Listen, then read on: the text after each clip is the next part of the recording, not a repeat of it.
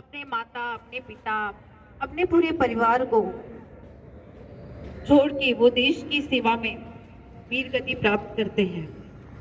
सच में सलाम है उस परिवार को, सलाम है उन वीरों को जिन्होंने देश की रक्षा के लिए अपने जान को भी देश की सुरक्षा के लिए समर्पित कर दिया। जरा याद उन्हीं को कर लो, ऐ मेरे वतन के लोगों, जरा याद उन्हीं को कर लो। जो शहीद हुए हैं उनकी जरा याद करो कुर्बानी।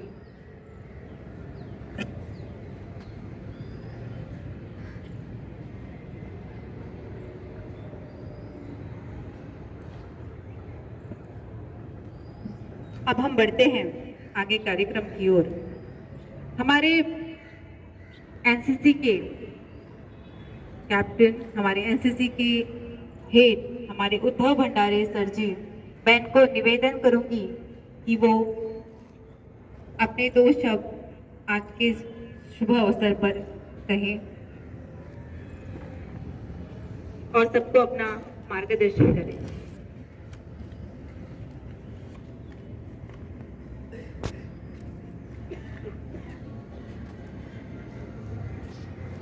आदरणीय मुख्य अतिथि अनिल भगत साहब, प्राचार्य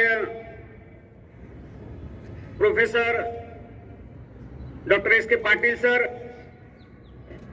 महाविद्यालय के सभी प्राध्यापक वर्ग, एनसीसी के माजी विद्यार्थी, पालक वर्ग, आप सभी को चंबुकाना ठाकुर कला वाणिज्य और विज्ञान महाविद्यालय के इस भव्य प्रांगण पर 74वें गणतंत्र दिवस की हार्दिक शुभकामनाएं। आज का दिन हम सभी भारतवासियों के लिए पावन और उमंग का दिन है। इसका एकमेव कारण आज ही के दिन हमारे देश को अपना संविधान मिला। 26 जनवरी 1950 को सुबह 10:18 पर भारत का संविधान लागू किया गया था। संविधान लागू होने के बाद हमारा देश भारत का एक गणतंत्र देश बन गया। गणतंत्र का अर्थ है जनता के द्वारा जनता के लिए शासन। इसके 6 मिनट बाद 10:24 पर राजेंद्र प्रसाद ने भारत के पहले राष्ट्रपति के रूप में शपथ ली। जैसा कि पूर्व विदित है, हम सभी यहाँ इस पावन तिरंगे झंडे के नीचे भारतीय गणतंत्र दिवस का महोत्सव मनाने के लिए एकत्रित हुए हैं।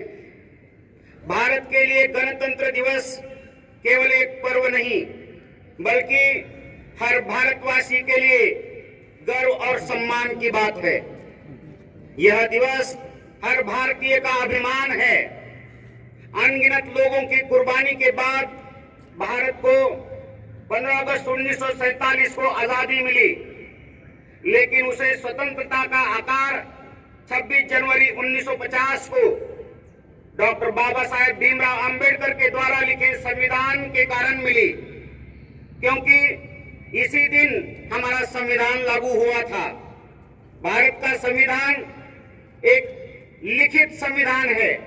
हमारे संविधान को बनाने में लगभग 2 साल 11 महीने और 18 दिन का समय लगा।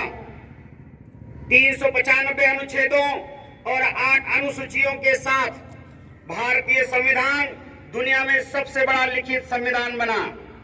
26 जनवरी 1950 को डॉक्टर राजेंद्र प्रसाद ने गवर्नमेंट हाउस के दरबार हॉल में भारत के पहले राष्ट्रपति के रूप में शपथ ली। भारत के पहले गणतंत्र दिवस के मुख्य अतिथि इंडोनेशिया के राष्ट्रपति सुकोर्णो थे। गणतंत्र का अर्थ है देश में रहने वाले लोगों की सर्वोच्च शक्ति और सही दिशा में देश के नेतृत्व के लिए राजनीतिक नेता के रूप में अपने प्रतिनिधि को चुनने के लिए केवल जनता के पास एक अधिकार है। इसलिए भारत एक गणतंत्र देश है जहां आम जनता अपना नेता प्रधानमंत्री के रूप में चुनती है। भारत में पूर्ण स्वराज्य के लिए हमारे महान भारतीय स्वतंत्रता सेनानियों ने बहुत संघर्ष किया और बहुत ने कुर्बानियां दी है। उन्होंने अपने प्राणों की आहुति दी जिससे कि हमारे आने वाली पीढ़ियों को कोई संघर्ष न करना पड़े और हम देश को आगे लेकर जा सके। हमारे देश का महान और स्वतंत्रता सेनानी जिन्होंने भारत स्वतंत्रता के लिए संघर्ष किया, महात्मा गांधी, भगत सिंह, चंद्रशेखर आजाद, लाला लाजपत राय, सरदार वल्लभ भाई पटेल, लाल बहादुर शास्त्री आदि हैं। भारत को एक आजाद देश बनाने के लिए इन लोगों ने अंग्रेजों के साथ लगातार लड़ाई लड़ी। अपने देश के लिए हम इनके समर्पण को कभी नहीं भूल सकते। भारत के एक नागरिक के रूप में हमें इसके बारे में गंभीरता से सोचना चाहिए और अपने देश को आगे बढ़ाने के लिए सभी मुमकिन प्रयास करना चाहिए। हमें जिम्मेदारी लेनी चाहिए तथा सामाजिक मुद्दों जैसे गरीबी, बेरोजगारी, अशिक्षा, भूखमरी, ग्लोबल वार्मिंग, भेदभाव, असमानता, ऊंच नीचता का भाव आदि से अवगत रहना चाहिए और अपने स्तर पर योगदान देना चाहिए। गणतंत्र दिवस के मौके पर राजपथ पर तिरंगा फहराया जाता है और अनेक तोपों की सलामी दी जाती है।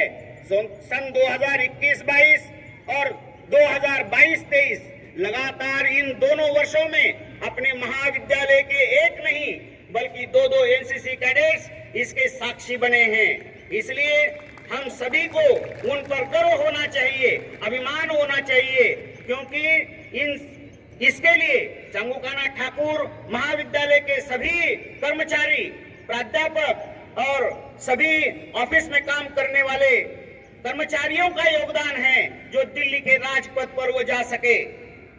भारत का संविधान एक जीवित दस्तावेज है जो समय के साथ हमारे लोगों की बदलती जरूरतों और आकांक्षाओं को प्रतिबिंबित करने के लिए विकसित हुआ है। यह 448 लेखों, 12 अनुसूचियों और 97 संशोधनों के साथ दुनिया का सबसे बड़ा संविधान है। लेकिन मूल रूप से संविधान आशा और आकांक्षा का भी दस्तावेज है। सभी भारतीयों के बेहतर भविष्य के लिए एक दृष्टि है। यह नागरिकों के मौलिक अधिकारों और कर्तव्यों को स्थापित करता है और राज्य के इन अंगों की शक्तियों और जिम्मेदारियों को निर्धारित करता है। वर्तमान में कई उतार चढ़ावों के साथ हम कई चुनौतियों का सामना कर रहे हैं, जैसे कोरोना महामारी, आर्थिक मंदी और सामाजिक और राजनीतिक विभाजन जो हमें विभाजित करने की धमकी देता है। लेकिन ये चुनौतियां हमें एक अवसर प्रदान करती है एक साथ रहने का, एक दूसरे का समर्थन करने का और सभी के लिए एक बेहतर भविष्य बनाने का। लेकिन यहाँ तक का हमारा सफर आसान नहीं रहा है। सदियों तक भारत पर विदेशी शक्तियों का शासन रहा, जिन्होंने हमारे संसाधनों का दोहन किया और हमारी आवाजों को दबाया, हमारे साथ जानवरों से बदतर सलूक किया। स्वतंत्रता के लिए संघर्ष लंबा और कठिन था, जिसमें अनगिनत बहादुर पुरुषों और महिलाओं ने अपने जीवन का बलिदान दिया था। स्कूली छात्रों के रूप में ये हमारी जिम्मेदारी है कि हम उन सिद्धांतों और मूल्यों के बारे में जाने और समझे जो हमारे राष्ट्र की नींव बनाते हैं। हम अच्छे नागरिक बनने, दूसरों के अधिकारों और स्वतंत्रता का सम्मान करने और एक न्यायपूर्ण और समावेशी समाज निर्माण करने के लिए प्रतिबद्ध होने का भी प्रयास करना चाहिए। लेकिन केवल इन सिद्धांतों और मूल्यों के बारे में जान लेना ही काफी नहीं है। हमें अपने विचारों, शब्दों और कार्यों में भी उनके द्वारा जीना अवश्य चाहिए। हमें सही के लिए सही बोलने के लिए तैयार रहना चाहिए और जो हाशिए पर है या वंचित है उनके लिए खड़े होने के लिए तैयार रहना चाहिए। We are Indians firstly and lastly. हमारे संविधान निर्माता डॉक्टर भीमराव अंबेडकर द्वारा बोले गए ये शब्द हमें भारतीयों के रूप में हमारी साझा पहचान और उन बंधनों की याद दिलाते हैं जो हमें एक राष्ट्र के रूप में जोड़ते हैं। हमारे धर्म, जाति, भाषा और क्षेत्र की परवाह किए बिना हम सभी इन भूमि की संतान हैं और हमें अपनी विविधता में एकजुट रहना चाहिए। गणतंत्र एक सपना है, एक सपना जिसे भारत के लोगों ने सदियों से संजोया है, एक सपना जिसने हमें सबसे कठिन समय में प्रेरित किया और बनाए रखा है, एक सपना जिसने हमें उम्मीद दी है और जीने की एक वजह भी दी है। मजहब कभी नहीं सिखाता आपस में बैर रखना, हिंदी है हम, वतन है हिंदुस्तान हमारा, ये शब्द हमें राष्ट्रीय एकता और सद्भाव के महत्व की याद दिलाते हैं। और अंत में मैं अपने शब्दों को यही विराम देता हूँ। इस मौके पर मुझे आपने विचार प्रस्तुत करने का अवसर प्रदान करने के लिए आप सभी का बहुत बहुत धन्यवाद। जय हिंद, जय हिंद, जय हिंद। भारत माता की जय।